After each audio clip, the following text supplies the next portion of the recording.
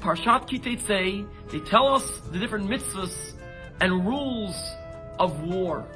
When one goes out to war against their enemy, different rules of engagement when the Jews were conquering Israel, or later on when there was an opposition of armies came to fight them, etc. Besides for the physical wars throughout the generations, there's also our inner war. Sometimes we have a fight between our Yetzer Tov, our Yetzer Hara, our good side and our bad side, good against evil. Should I do the mitzvah? Should I eat the non-kosher food? Or do the avera, etc.? But the commentaries stop and say something interesting. The verse describes when one goes out to war. And they ask, why does it say the word when you go out to war? When one goes to war. And they explain a powerful meaning and explanation.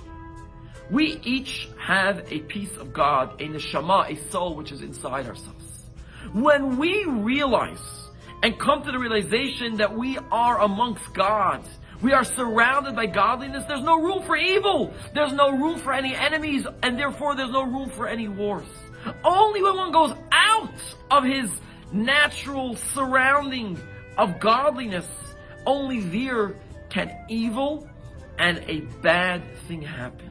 So we need to realize that we have a piece of God, a neshama, which we are surrounded.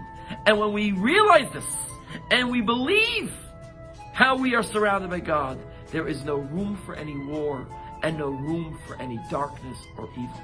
Shabbat Shalom.